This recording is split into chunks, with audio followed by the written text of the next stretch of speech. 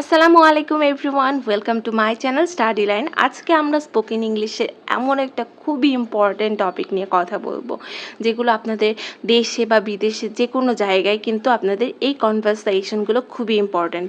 কোথাও বাসে বা ট্রেনে বা প্লেনে টিকিট কাটতে গেলে এই সেন্টেন্সগুলো ইম্পর্টেন্ট। তো চলুন দেরি না করে শুরু করা যাক। কোনো বাস, প্লেন বা ট্রেনে টিকিট কাটতে গেলে আমরা যদি ইংলিশে কথা বলতে চাই তাহলে আমরা কি বলতে পারি?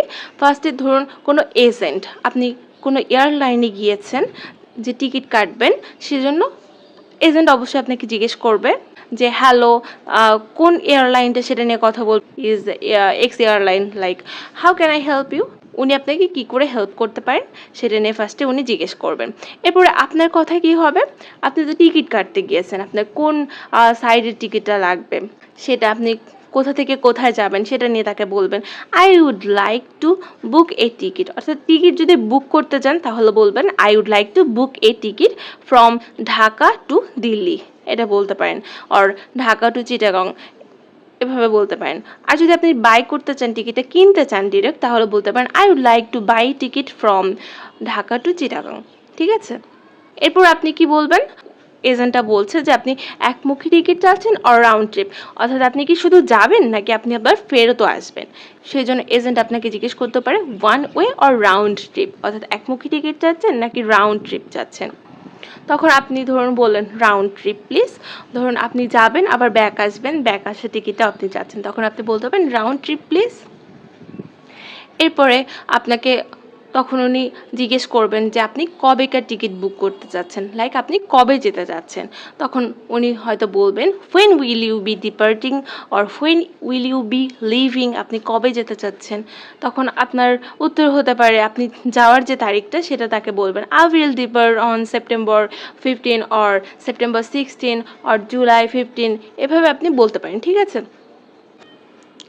এরপরে আপনাকে এজেন্ট জিজ্ঞেস করতে পারে যে আপনি বিজনেস ক্লাস ফ্লাইট চাচ্ছেন নাকি ইকোনমি।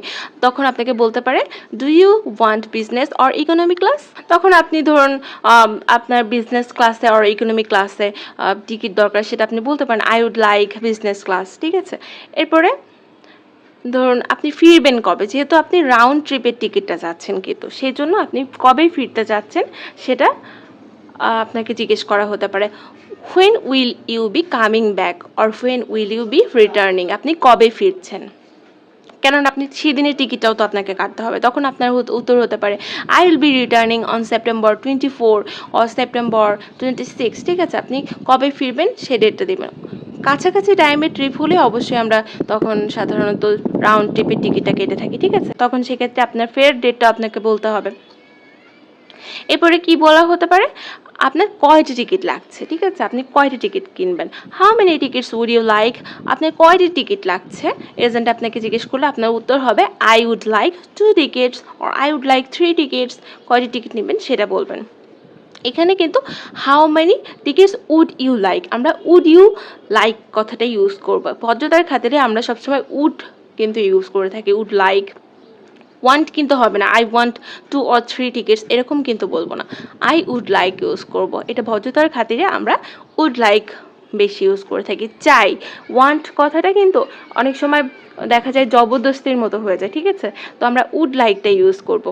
তখন আপনি বলতে পারেন যে আপনার 2 or 3 টিকিটস লাগবে এবং আপনি কোন পাশে, জানালার কোন সাইডে জানালার পাশে বসতে পছন্দ করবেন অর মিডল রোতে বসতে পছন্দ করবেন সেটা আপনি বলতে পারেন।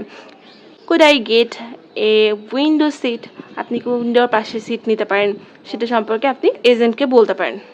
লাইক আপনি করিডোর সিট নিতে চাইলে সেটা বলতে পারেন, উইন্ডো সিট নিতে চাইলে অর্থাৎ জানালার পাশে বসতে চাইলে বলতে পারেন, ফ্রন্ট রো সিট নিলে বলতে পারেন, ব্যাক রো সিট নিলে আর মিডল রো সিট নিলে বলতে পারেন যে আপনি কোন পাশে সিট নিতে চান।